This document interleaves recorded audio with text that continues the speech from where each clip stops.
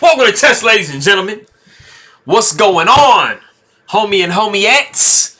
Anyways, man, we do have the Speed Chess Championship going on right now. And so I have Nepomniachtchi versus Novelty Abdusattorov. And this is the 21st game they played with each other. They got into the bullet portion by this point.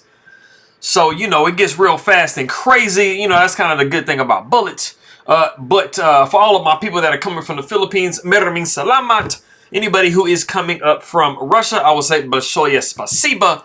Anybody who is coming from Uzbekistan, I will say Rahmat. But if you guys are ready to go, man, let's take a look and see what we got for this game, son.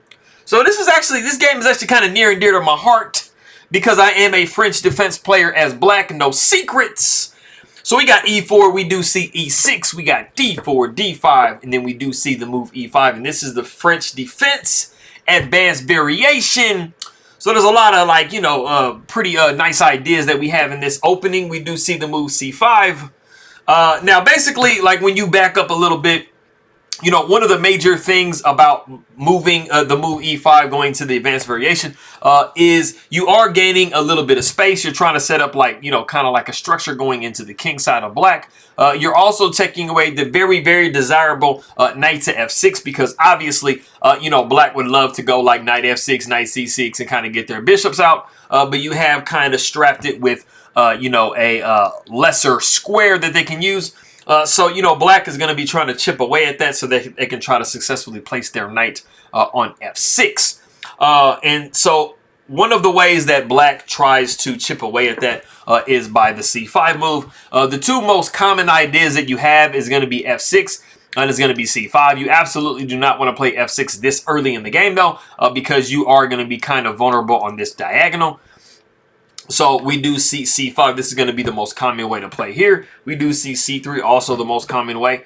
We got knight going to C6, just adding pressure, you know, to D4 and E5. You know, one of the main reasons that you play C3 is to try to reinforce D4 to try to reinforce E5. So basically, most of black's attempts are going to be to try to degrade this D4 point and then try to leave E5 vulnerable. So you will be seeing that coming up. We got knight going to F3, and then we do see bishop to D3, which is the Euwe variation. Now, a majority of the time, almost always, you're going to see queen going to B6, and this is just basically adding the maximum pressure to D4. You might see some knight to H6s or knight to E7s, plopping down on the F5, trying to further target D4, stuff like that, but we don't see that in this game. Like I said, we see the Euwe variation. We do see bishop to E2. Now we have the move F6. Now, because you have developed the bishop and the knight, you kind of have given your king a little bit of space. Now it is not as bad to go the move F6. You got to probably get it in at some point. So after we see F6, we do see castles by white. Pawn takes. We got knight taking, then pawn taking. And you have still made the attempt to maintain this pawn here on E5. And we are just going to just try everything we can as white to try to maintain that pawn where it is. Because, like I said, it's restricting the knight, so we're good to go.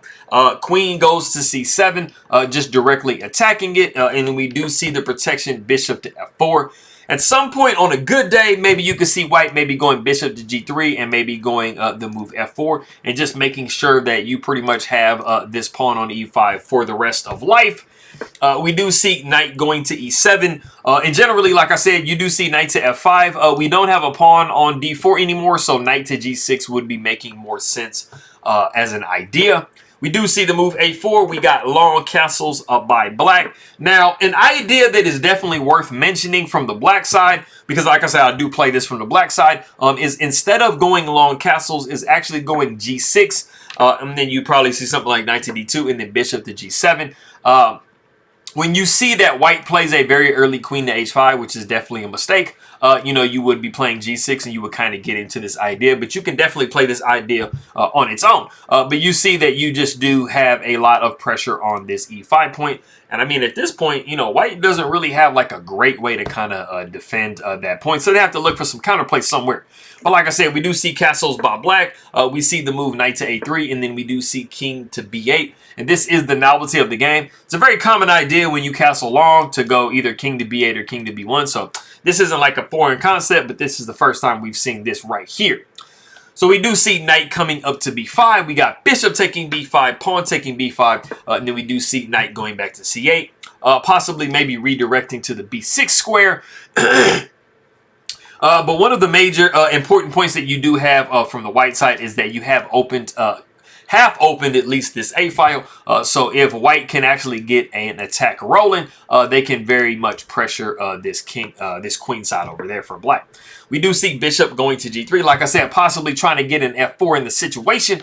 And then we do see c4. C4 is basically just trying to make sure that we have this structure as solid as possible.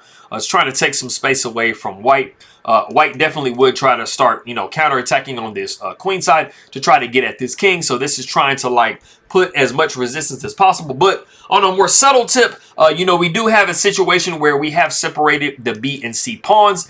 Now, it would be more relevant if you didn't have this pawn in the game. Then you would pretty much be permanently separating these pawns and making this one more of a target. But, we do have the ability to play B3, which you will see Jan do at some point. We do see bishop going to g4, just tickling at e6 pawn, trying to see what we can do. We got rook over to e8. You're not getting that pawn, bro. Like, I'm not just going to give no pawn away, bro. So we do see b3, like I said before, pawn takes, and then we got queen taking. And, white, both players like really have a solid position. So neither player is really like, kind of, calling home. But we do have, like I said, this line open. We're maybe trying to see if we can push the c4, maybe with like a rook to c1, and just try to like break things open. These bishops might start coming alive. You never know. So we got bishop going to c5. We got king going over to h1, just unpinning. We got the move h5. Now, this is actually... It's kind of like you're not really in a pickle. You kind of want to go back to e2, but Jan does not do that. He goes back to h3. And this is actually putting the bishop in a position where it is possibly going to be trapped. So we're going to see if Jan can actually get out of this. We do see the move g5. Like I said, black is not playing around. They're like, hey, bro, I see your bishop is right there on the corner, and I don't like it. I want to get rid of it. So we do see f3 trying to save this g4 pawn move. We got rook h to g8 reinforcing that threat. We do see queen going back to d1. Now, the problem that you see, if you've noticed for white, is that they are basically just defending now. They're not, they don't have the initiative. They're not like kind of going on the attack from the white side. They are basically making every single move that they're making just to defend the position. So that's when you kind of like can see that it kind of went wrong for you just a little bit. And black is definitely for choice here. We got knight going down to b6. And Jan Nepomniachtchi actually has a move, because like I was telling you guys before, this bishop is like really close to being trapped. So Jan Nepomniachtchi has a move that saves the bishop. He is going to be like in still kind of a worse position, but at least will be able to save this bishop from being trapped. So if you want to go ahead and pause the video and try to guess that move, go ahead and do so.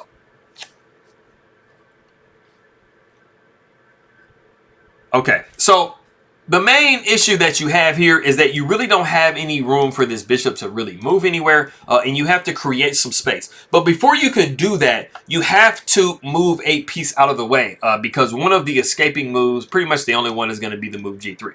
So if you guys notice that this bishop is kind of in the way, then you would be coming up with the move bishop to f2, and that is absolutely correct. Like I said, white is definitely in a worse position than black, but it's not all lost. So you really have to go into this, and then bishop would take, and then rook would take, queen would probably take. So you do have to get used to the idea that you are going to get rid of a pawn. And then after we see g3, this does allow the bishop now. Not only do you save the bishop by being able to kind of go back, but you have kind of put it on a better diagonal. So that is definitely the way that we had to play in that position, but we actually did not see that. We saw Jan actually go queen to e2. Which allows Notre Dame to find a really nice move, and that is queen to e7, just putting more and more pressure on that g4 point, and now the bishop is 100% lost, and there is absolutely nothing that you can do about it. We do see queen going over to a2. We're trying to say, hey, man, let me check you here, bro. But the problem is black is just going to be able to sidestep that, and then, that's really it, and you're good to go. We do see the move g4, pawn takes, and then now, we got to throw the bishop away with some type of something. You got to go down swinging, homie, if you're going to go down.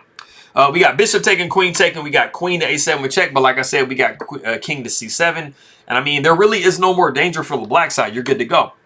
We got rook going to f7, rook sliding down to e7. And basically black just pretty much just has all the defense. This bishop is holding the rook. So, there really isn't a good way to really get at this, king successfully. So after we see rook to e7, rook takes, bishop takes, we got queen down to a2. We do see queen taking g3.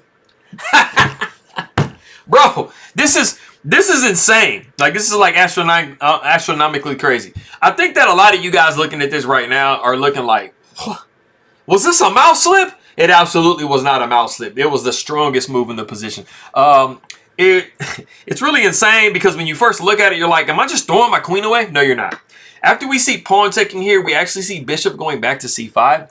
And this is checkmate.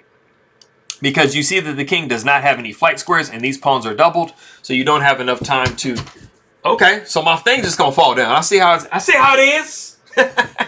That's exciting, right? Anyways. But yes, you don't have the ability now to move out of anywhere if you are the king. So rook to h8 is checkmate. So you have to start playing kamikaze if you are Jan and just kind of throwing pieces away. So we do see queen to a4. I mean, you guys are looking at it, bro. Like, you absolutely do not want to put this queen right here because of that.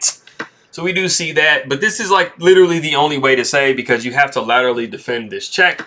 But after you see rook taking a4, we got king to b6. And it is in this position that Jan Nepomniachtchi resigns the game. I mean, you can definitely go into this situation where the rook is defending and stuff like that. You know, but I mean... Black is going to be winning this pawn, and then you are just playing an endgame where, I mean, you're just down an entire piece, man. I mean, and then there's just not really a good way to defend this pawn. And so you're just going to start dropping too much material, and you are down a major piece. So, I mean, you can't really blame Jan for you know, resigning this game. And I think the thing about this game was actually crazy was because Novelty, he literally didn't take any time away from his clock. Like, this is a 1-1 bullet game, and he's at 55 seconds. So he literally didn't really take any time the entire game, and Jan is down to 2 seconds. So, super crazy, man. Super crazy, bro.